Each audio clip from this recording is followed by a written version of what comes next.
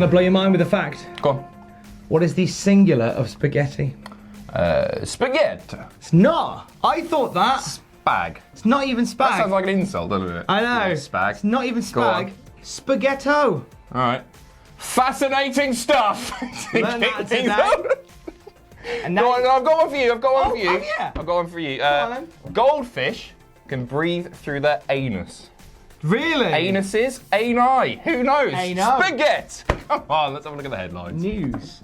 An NXT superstar has made a shock return. It's been revealed that Vince McMahon asked a top AEW star to get out of their contract. And Brock Lesnar has been pitching a surprising feud. Find out what in a little bit. If you haven't watched NXT yet, we're about to spoil NXT. Spoiler hat, spoiler chicken, spoiler trousers.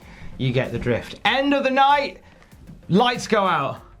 Lights come back up in the corner. Beautiful purple image. There he is. Velveteen Dream. Dream is back. You painted a real picture there. I was expecting a little bit more.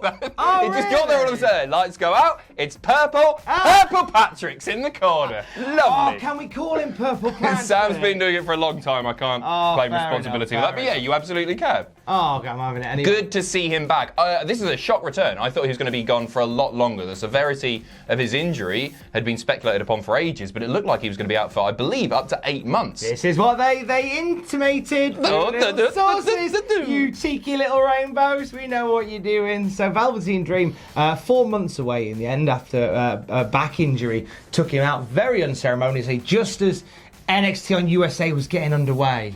Like, I thought the timing was so bad, because I thought, and when we heard through the grapevine, or the grapevine, if you will, that he was going to be out of form for the, did that make your toes, did that make you die a little bit? No, I liked it a lot. When we heard he was going to be out of it for the rest of the year almost, I was like, oh, just like, more eyes than ever on this product, and one of the must-watch guys isn't there. But lo and behold, there he is, he turned up, and beautiful comeback. Beautiful comeback. You're going to talk about it a little bit more in Graded. That's going to be on the channel in the next couple of hours. Wonderful stuff. I genuinely think the guy's a future WWE champion.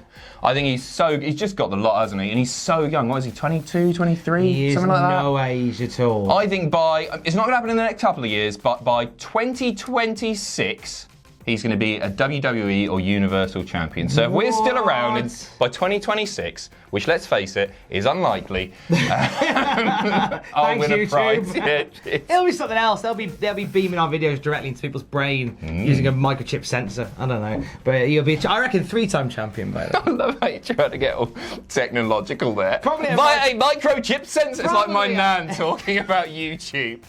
You still doing that online TV, Adam? Yes, man. You're not on proper telly yet. Tell you what, you should be on that Channel 4. They'll take any old garbage. So this comes from a recent episode of Talk is Jericho. I love this so much. A top AEW star. The top AEW star. Yeah, let's call it as it is. You might have spoiled it with the name of the podcast there, Tom. Who could it be? Reveal! Oh my God! It was, of course, Ryback. Chris Jericho was approached by Vince McMahon to get out of his AEW contract. Do you want to talk through the conversation? Yeah, so occurred? On the episode, he says, I'm not in AEW because I was a rebel. I'm with AEW because Vince went, go. And then when I went, he went, did you sign the contract? I said, well, yeah. He said, can you get out of it? No, you told me to sign it. Jesus Christ. One of your top guys, one of the greatest wrestlers of all time, and Vince has gone, he's sort of played chicken, hasn't he, in a way? He's just go, yeah, go on then, Jericho, go on, you think you're hard enough? And then he's gone and done it, and he's the champion, and he's the one of the most mussy guys, obviously. You don't need me to explain Chris Jericho. No, exactly. Vince, you muppet, what are you playing at? I love that. How different do you think AEW would have been without Chris Jericho? Well, as you say, Ryback would be the top dog. Ryback would be the guy, the big guy. The big guy dog. Yeah, it would have been a very different place if Vince had said, can you get out of it? And Jericho went, yeah, all right, give me all the money in the world. Which Vince would have done. Yeah, he really of course, this is baffling. Yeah, who do you think it would be? Who do you think would be the top guy? Oh, gosh, if it hadn't been him, who else is knocking around that could have easily floated over there? You think it would have been like a former Attitude Era? They would have taken You would think so, wouldn't you? Guy. They really, I don't know whether they would have had it so, whether they made Cody the heel at the top. Wasn't big enough back in the heyday to get older viewers watching, I don't think. Like, my heart says it should have been Kenny, but again, it doesn't apply to him. He wasn't around Attitude Era in WWE. Goldust? Sorry, Dustin. No, just not a big enough name, not somebody that people are going to tune into. Jericho was the ultimate coup. I mean, it was going to be either Pac or Hangman Page at the beginning. Mm-hmm. And then that sours. Whether or not they would have just kind of gone with Pac and Page at the top. Yeah. But it just, again, like Jericho brings that special kind of star power, and I know everyone's got opinions on him these days, but he's just got that gravitas. Maybe Jim Ross. At the top. He's the biggest name apart from Jericho, isn't he? He's the only name they're getting right. But, he's a naughty one. Put the title on Jim Ross. So one thing that happened last night was lots of matches were set for the future. Lots of tables have been laid. So what we're going to do now is going to go through all the different tables that have been laid. Put the knives and forks in the appropriate places and maybe a little flour in the middle. And we'll see what both Wednesday night shows have got coming up in times to come. So AEW Dynamite next week, what we got? We have next week AEW Tag Team Champions Kenny Omega and Hangman Page defending against the former champions in SCU. Should be good. That'll be a fun little shenanigan between those crazy cats. Also next week on Dynamite, Riho is going to be getting a match against Nyla Rose, who attacked her on last night's show. Mm-hmm. This is the first time these two have gone one-on-one since the first episode of Dynamite. So it's a nice little... I think this feels like the night that they put the belt on Nyla Rose. I really hope not. I really hope... No, nothing like against Nyla Rose, but I just don't think she's there yet. No. Who would you say would be the person to usurp Riho? Britt Baker. Britt Baker feels like a good one. Chris Statlander. Yeah, maybe B Priestley. Like B, but they don't seem to be too behind her at the moment. Too behind her. Oh, what's he like? 2 weeks' time, what we got, Thomas? In 2 weeks on AEW Dynamite, TE, it's going to be a battle royal featuring 10 tag teams. So a tag team battle royal, nice, as it's better known. That's 20 people in total. That's a lot of maths. Quick math is wrestle maths. The winning team will take on the AEW Tag Team Champions, Revolution. But who are they going to be? Is it going to be SCU? Is it going to be Hangman Page? Oh, who knows? We'll find out. That's happening in 2 weeks' time. 3 weeks' time on AEW, what we got? We have this is going to be amazing. We got a bloody Iron Man match. This is crazy. This is Pac versus Kenny Omega, 3 weeks' time. In Kansas City, Missouri. 30-minute Iron Man match between those two. That could be a bloody barn burner. They could have some fun with that, couldn't they? Really go home edition. An odd choice for a go home show, but I'm all for it. Yeah, I like that they mix it up and just stick these pay-per-view caliber matches randomly before a pay-per-view. But then Omega obviously will be defending the tag titles on the pay-per-view. Well, will he? Well, if he gets that far. Interesting. And finally, NXT, a title match has been announced for TakeOver Portland. Who is it?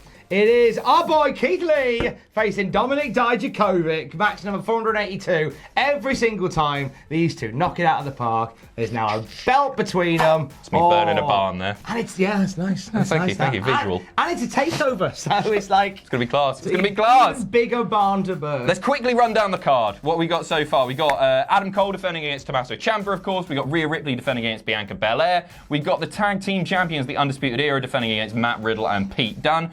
We got Keith Lee versus Dominik. And we got Johnny Gargano versus Finn Balor. And also a street fight, Tegan Nox versus Dakota Kai. Yes, please. That's a good card. They always are. You know what's nice? I was saying this to Aidan in the office upstairs. Like, a lot of these matches I can't call. Like, they did some great work on NXT, which we'll talk about in Graded, to kind of cast some doubt over whether we'll see Belair and Charlotte or Belair and or Ripley and Charlotte at WrestleMania. They really cast some little seeds of doubt. It should be Rhea. It should be Rhea. I'm going to predict right now. I'm locking my predictions in because I'm not doing predictions next week. It's Cole, it's Ripley, it's Riddle and Dunn, it's Lee, it's Balor, and it's Dakota Kai. Oh, okay. I think.